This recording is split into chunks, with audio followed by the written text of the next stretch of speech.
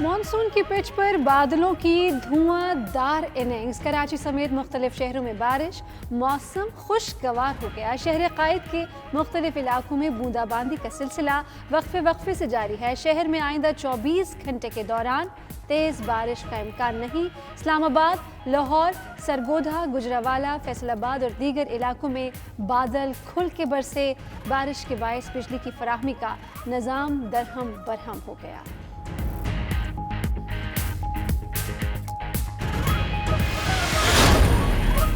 कल से कराची में कोई भी गैर एलानिया लोड शेडिंग नहीं होगी। इस वक्त जितनी बिजली की फराहमी कराची को है उससे 70% इजाफा कर दिया जाएगा।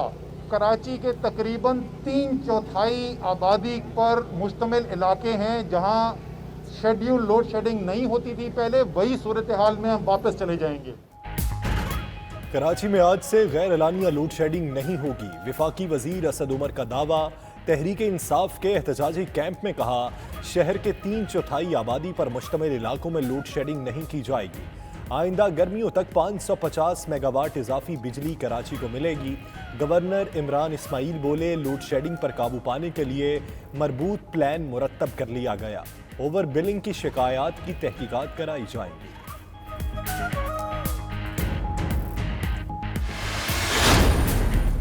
खैबर पख्तूनख्वा के मुशीर इत्तलात अजमल वजीर करप्शन के इल्जामात पर बरतरफ। वजह मुबैना तौर पर इश्तिहारी कंपनी के नुमाइंदे के साथ गुफ्तगू बनी। वज़ीर आला का ऑडियो टेप की इंक्वायरी का भी हुक्म। मुशीर इत्तलात का कलमदान मुआविन खुसूसी बराए बल्दियात कामरान बंगिश के सपुर्द। उधर अजमल वजीर ने मुबैना ऑडियो को साजिश करार दे दिया। कहा, मुख्तलिफ इजलासों और ब्रीफिंग्स को एडिट करके ऑडियो तैयार कराई गई।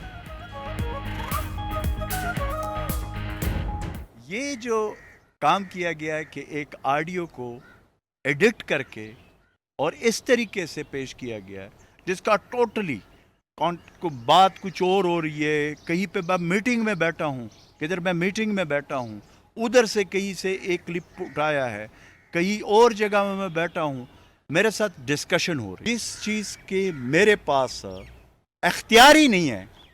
उस चीज़ के ऊपर मैं देख रहा हूँ मेरे ऊपर मीडिया पे भी बातें हो रही हैं। नैब ने वफाकी वजीर मजहबी उमूर पीर नूरुल हक कादरी के खिलाफ तहकीकात का दायरा कार वसी कर दिया। नैब रावलपिंडी के नूरुल हक के खिलाफ इख्तियारात के नाजायज़ इस्तेमाल की शिकायत को बाकायदा इंक्वायरी में तब्दील करने की सिफारिश। नैब एग्जेक्टिव बोर्ड वफाकी वजीर के खिलाफ इंक्वायरी की मंजूरी देगा।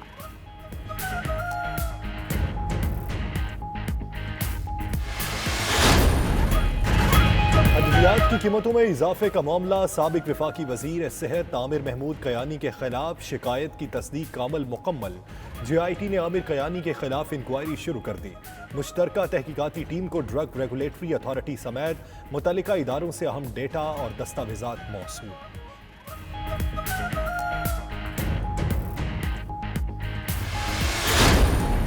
प्राइम मिनिस्टर की जो कमिटमेंट है कि वो आपको पता नहीं है कि उन्होंने किस तरह एक एक उस पे बंदे पे नजर रखी होती है, और जो ही मौका मिलता है जरा भी वो उस लाइन से जो कि हमारी पार्टी की पॉलिसी है, कोई अगर उसको कंप्रोमाइज कर रहा है तो उसके लिए कोई जगह नहीं है पाकिस्तान तहरीक इंसाफ में, ना इमरान खान की हुकूमत में। जो इदारे हैं उनको मफलूज कर दिया गया, और पिछली हुकूमतों ने क्यों इस पे तवज्जो नहीं दी? बिकॉज वो इसका एक हिस्सा थे। ये डिस्क्रेडिट इस हद तक हो गए हैं कि इनका दोबारा आने का कोई चांस ही नहीं है।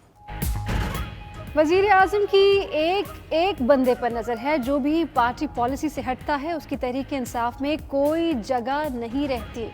वजीर इत्तलात शिबली फराज कहते हैं, जिस पर करप्शन या बेकायदगी साबित होगी उसे कड़ी सजा दी जाएगी। कोई भी हुकूमत 20 माह में इस्लाहात नहीं ला सकती। माजी में इदारों को तबाह किया गया। हुकूमतें खुद करप्शन में मुलव्वस थीं। अपोजिशन जमातों के दोबारा इक़्तिदार में आने का कोई चांस नहीं। पेट्रोल बहरान में किस किस का नाम? तहकीकाती कमेटी तयन करने में नाकाम। कमेटी को 15 रोज में वज़ीर आज़म को रिपोर्ट देना थी। तहकीकात मुकम्मल करने के लिए मजीद वक्त मांग लिया। शहबाज शरीफ का इजहार तशवीश। कहा, हुकूमत चीनी की तरह पेट्रोल के मुजरिम पकड़ने में भी संजीदा नहीं। हुकूमत माफियाज की मदद से और माफियाज हुकूमत की मदद से चल रहे हैं। हुकूमती मिली भगत से पेट्रोल के जरिए कौम से अरबों लूटे गए।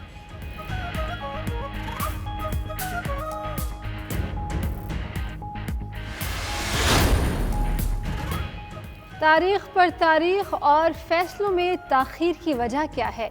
अहम तरीन अदालतों में कहीं जजेस नहीं तो कहीं अमला गायब। कराची में इंसदाद दहशतगर्दी की 5 अदालतें गैर फाल। मुल्क भर में 102 खुसूसी अदालतें और ट्रिब्यूनल्स जजेस ना होने की वजह से गैर फाल हैं। वफाक, पंजाब, सिंध, केपी और बलूचिस्तान की सूबाई और वफाकी अदालतों में जजेस तैनाती के मुंतज़िर। चौधरी शुजात ने हमसे मुज़ाकरात में कहा था मार्च तक तब्दीली आएगी, बताएं वो बात कहाँ छुप गई? मौलाना फजलुर रहमान कहते हैं चौधरी शुजात को पूरा बयान देना चाहिए था, ये भी बता दें कि उनके वादे का क्या हुआ।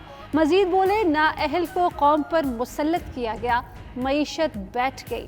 अपोजिशन मुत्तफिक है, हुकूमत जानी चाहिए। आसिफ अली जरदारी सेहतमंद हैं, उनकी ख्वाहिश पर मुलाकात की। हुकूमत पंजाब ने जदीद टेक्नोलॉजी मुतारिफ करा दी, बगैर सैंपल लिए टेस्ट रिपोर्ट जारी कर दी। ओकाड़ा में हवेली लखा के रिहायशी जैन की 8 माह की बेटी की टेस्ट रिपोर्ट घर भेज दी गई। वालिदैन का कहना है रिपोर्ट में उनकी बच्ची की उम्र भी 8 माह की बजाय 28 साल लिखी गई।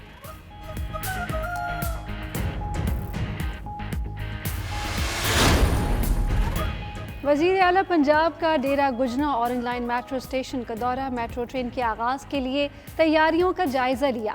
उस्मान बुज़दार कहते हैं ऑरेंज लाइन मेट्रो ट्रेन सी पैक का मंसूबा है, जल्द चलाने की कोशिश करेंगे।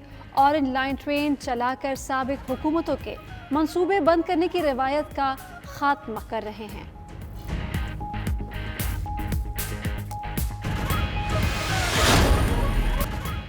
शोबिज में दोबारा एंट्री डालेंगी डॉरल गर्ल अयान, यके बाद दीगरे 7 गाने रिलीज करने का ऐलान।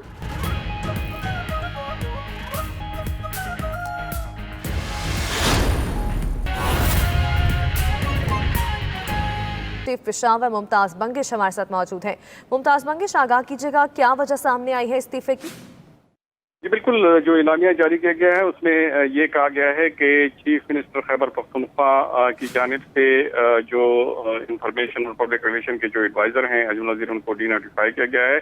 और न सिर्फ ये बल्कि उनकी जगह ये पोर्टफोलियो जो है ये सूबाई हुकूमत की जानिब से जो स्पेशल असिस्टेंट बल्दियात हैं कामरान बंगश, उनको ये ओहदा दिया गया है और इसका बाकायदा तौर पर नोटिफिकेशन भी जारी किया गया है।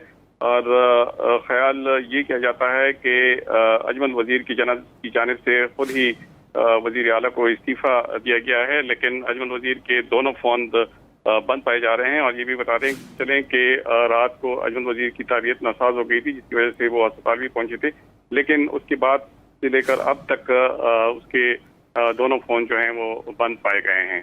जी ठीक है, यानी कि उनसे कोई राबता भी मुमकिन नहीं है, उनके दोनों फ़ोन बंद है। मुमताज़ बंगिश, ये भी आगाह कीजिएगा कि क्या पता चल सका है अजमल वजीर खुद अपने ओहदे से मुस्ताफ़ी हुए हैं या उनसे इस्तीफ़ा लिया गया है? अगर इस्तीफ़ा लिया गया है तो फिर इसकी क्या वजूहात हैं, क्या इल्ज़ामात लगाए गए हैं?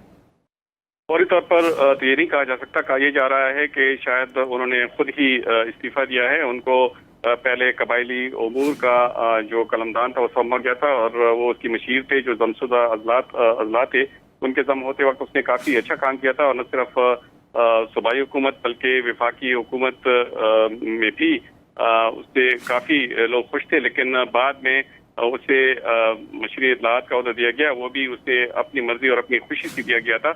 और उनकी जगह वजीर थे उनको हटा के उसकी जगह इंफॉर्मेशन और पब्लिक रिलेशन का मशीर मुकर्रर किया गया था। तो कहा यह जा रहा है कि ये अपनी मर्जी से उनको ये कलमदान सौंप गया था और काफ़ी अच्छी तरीके से ये इस कलमदान को और इस महकमे को चला रहे थे। तो अचानक उनकी इस्तीफी और उनकी जानिब से जो डीनोटिफिकेशन है, इससे वाकई काफ़ी सवालात ने जन्म लेना शुरू कर दिया है। ठीक है, काफ़ी सवालात ने जन्म लेना शुरू कर दिया है। मुमताज़ बंगिश, ये भी आगाह कीजिएगा, अब कामरान बंगिश का नाम सामने आ रहा है जिन्हें मुशीर इत्तलाआत मुकर्रर किया गया है, इनकी प्रोफाइल के हवाले से आगाह कीजिएगा।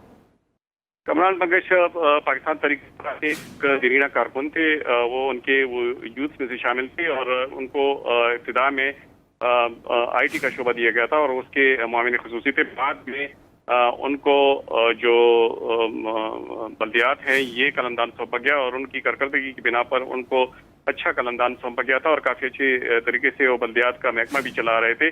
अब उन्हें जो इत्तलात और पब्लिक रिलेशन का कलमदान है वो सौंपा गया है और कहा यह जा रहा है कि उनको उनकी कारकर्दगी की बिना पर ये कलमदान सौंपा गया है।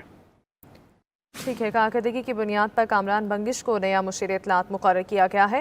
मुमताज़ बंगिश हमारे साथ ही रहिएगा। नाज़रीन को अपडेट करते चले अहम खबर से। मुशीर इत्तलात अजमल